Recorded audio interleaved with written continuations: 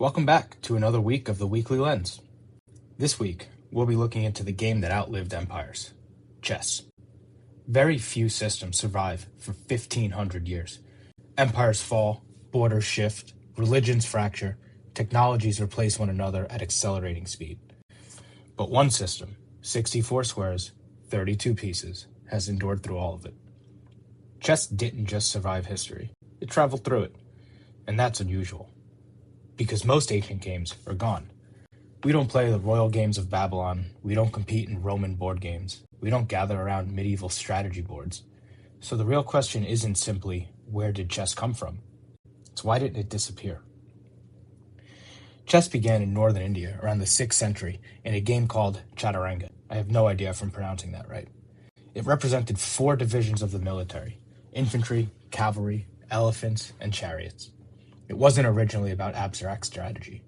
It was about modeling conflict. From India, it moved into Persia, becoming Shatranj? I'm really not sure how to pronounce that one either. When the Persian Empire fell to the Islamic conquest, chess didn't disappear with it.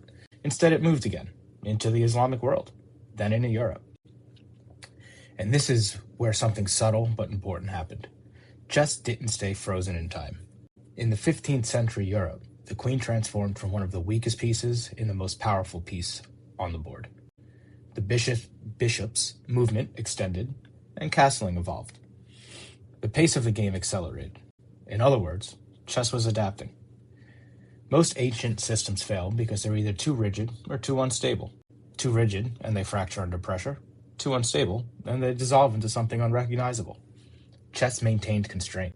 Always 64 squares, always 2 opposing sides, always perfect information.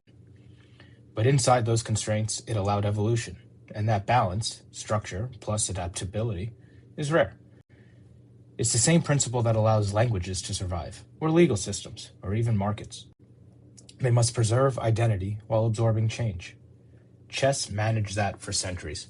It survived monarchies, revolutions, industrialization, and it even survived 2 world wars. And now, it exists on servers instead of wooden boards.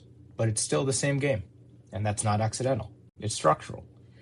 Chess is simple enough to learn in an hour, but deep enough to study for a lifetime.